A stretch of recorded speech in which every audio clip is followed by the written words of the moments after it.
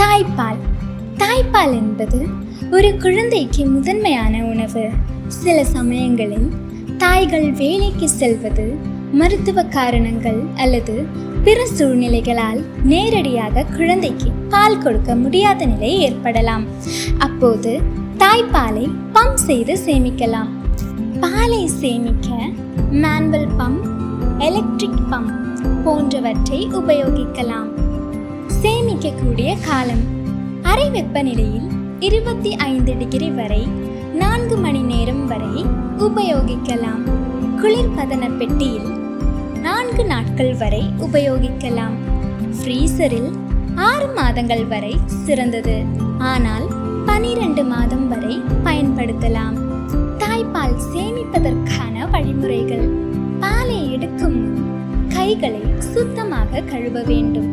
பாலை சேமிக்க அழுக்கில்லாத சுத்தமான கிளாஸ் அல்லது பிளாஸ்டிக் கண்டெய்னரை பயன்படுத்த வேண்டும். பாலை சேமித்த பிறகு அந்த தேதியும் அந்த நேரமும் எழுத வேண்டும்.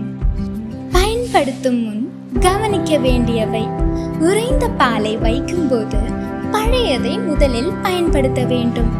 பாலை மறுபடியும் உறைய வைக்க கூடாது.